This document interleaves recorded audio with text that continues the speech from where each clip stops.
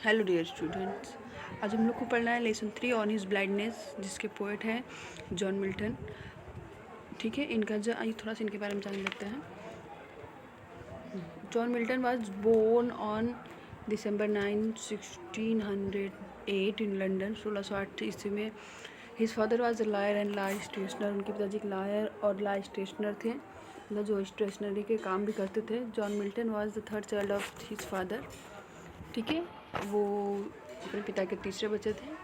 He got his primary education at Saint Paul से school. उन्होंने अपनी पहली प्राथमिक शिक्षा सेंट पॉल स्कूल में प्राप्त ग्रहण की। थॉमस यंग स्कॉचमैन में स्कॉटलैंड के जो निवासी थे, स्कॉचमैन बोलते उनको, एक स्कॉचमैन थे जो उनके ट्यूटर थे। He became an eminent Puritan, और वे क्लर्जी आफ्टर दैट। इसको देखिए, प्यूरिटन एक ईसाई धर्म की एक विशेष शाखा होती है, वो इसके बाद बन गए।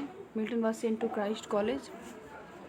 इसके बाद मिल्टन को क्राइस्ट कॉलेज कैम्ब्रिज के क्राइस्ट कॉलेज में 1625 में भेज दिया गया। He took his BA degree in 1629। उन्होंने 1629 में बीए की डिग्री ली, और इसके बाद वे 1632 में एमए की डिग्री लेने के लिए गए, लेकिन बहुत ही कम समय में उस कॉलेज को छोड़ दिया उन्होंने।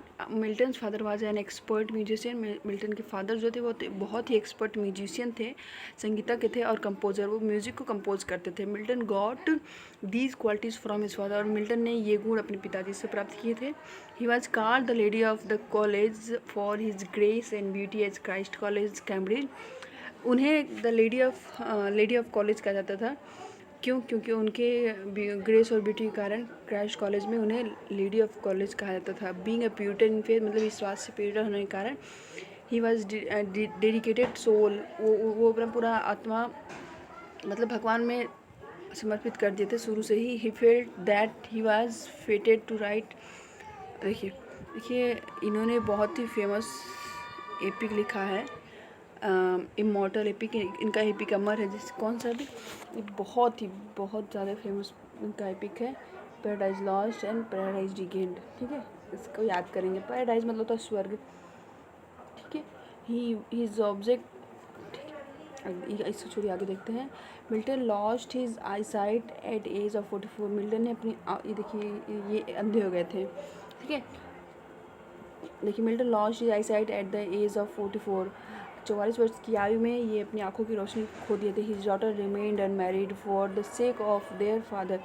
अपने पिता के कारण इनकी जो पुत्रियां थीं वे उन्होंने विवाह नहीं किया था।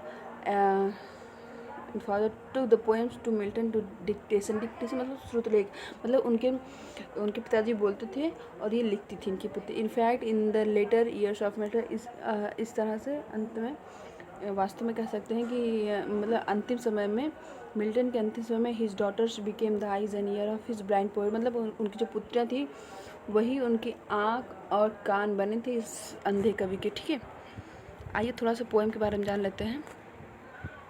On his blindness is personal poem. On his blindness is personal sonnet. अब देखिए, सॉनेट पर्सनल मतलब व्यक्तिगत, जिसमें अपने बारे में लिखा जाता है। सॉनेट एक विधा होती है। अभी हम इसको पढ़ने के बाद हम उस सॉनेट के बारे में जानेंगे। ठीक है, देखिए on his blindness personal sonnet written by Milton. तो एक पर्सनल सॉनेट है, मिल्टन के द्वारा लिखा हुआ। तो अब तो जान ही गया है। देखिए, the poem expresses the poets mental agony. देखिए, मेंटल एगोनी मतलब मानसिक पीड़ा। आफ्टर बिकमिंग ब्लाइंड, मतलब ब्लाइंड होने के बाद ये जो पोएम में जो पोएट की मानसिक पीड़ा प्रकट की जा रही है, इसमें पोएट की जो पीड़ा है वो उभर रही है, वो प्रकट हो रहा है कि उन्हें कितना दुख हो रहा है उनके ब्लाइंड होने के कारण। He complain to God against the injustice done to him. वे गॉड से कंप्लेन करते हैं जो उन्होंने उनके साथ अन्याय किया। एंड इन इट, और इस पोएम में, ही ऑलमोस्ट लाइक अ रिबल। और इस पोएम में वे एक लगभग रिबल विद्रोही की तरह दिखाई दे रहे हैं। बट सून ही realize the supremacy of God. लेकिन जल्द ही वे गॉड की प्रभुत्व को पहचान जाते हैं, उनकी महत्ता सर्वोत्तमता को जान जाते हैं। एंड कम्स टू नो, और जान जाते हैं, रेजिग्नेशन टू विल, मतलब भगवान की इच्छा के अनुसार कार्य करना ही सबसे बड़ी सेवा होती है। This realization gives him the spiritual strength to the endure his blindness with patience. एक मिनट, देखिए क्या दिस रियलाइजेशन, क्या रियलाइज़ कर रहे हैं कि मतलब भगवान जो चाहते हो उसके अनुसार कार्य करने उनकी सबसे बड़ी सेवा है। तो कह रहे दिस रियलाइजेशन, ये एहसास उन्हें स्पिरिचुअल पावर देता है, स्पिरिचुअल स्ट्रेंथ देती है to endure his blindness. Endure मतलब स्थायी होता है, विथ पेशेंस मतलब बहुत धैर्य से अपने जो अंधापन को वे धैर्यता से अपना मानते हैं, स्वीकार करते हैं। And to overcome his bitterness towards God, और विजय प्राप्त करते हैं कड़वाहट पर जो भगवान के प्रति उनका था कि मतलब भगवान मुझे क्यों अंधा कर दिया वगैरह ऐसी चीज़ें। अब उनके मन में ऐसे कुछ है नहीं बातें। वो पहले नाराज़ थे भगवान से, लेकिन अब नहीं। गॉड डज नॉट नीड, अब फिर कह रहे हैं कि God does not need any man service. भगवान किसी मनुष्य की सेवा की कोई आवश्यकता नहीं, भगवान को किसी मनुष्य की सेवा की आवश्यकता नहीं है, क्योंकि thousand of angels are always ready to obey him, क्योंकि हजारों देवदूत हमेशा उनके आगे का पालन करने के लिए तैयार रहते हैं। पोएम को पढ़ने से पहले हम लोग सोनेट जानेंगे, या तो पहले हम लोग पोएम क्या देखें किताब, आइए पहले हम लोग सोनेट जान ले रहे हैं। सोनेट होता है एक मिनट, सोनेट आइए जानते हैं सोनेट होता क्या है।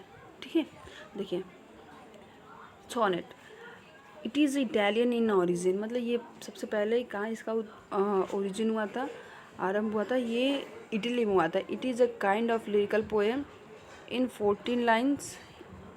एक मिनट, देखिए ये एक लिरिकल पोएम है, इसमें संगीत होता है। कितने लाइन की पोएम होती है? 14 लाइन की पोएम होती है।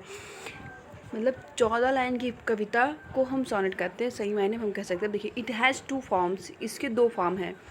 किसके? सोनेट 2 रूप में है। आइए ब्रश लेते हैं।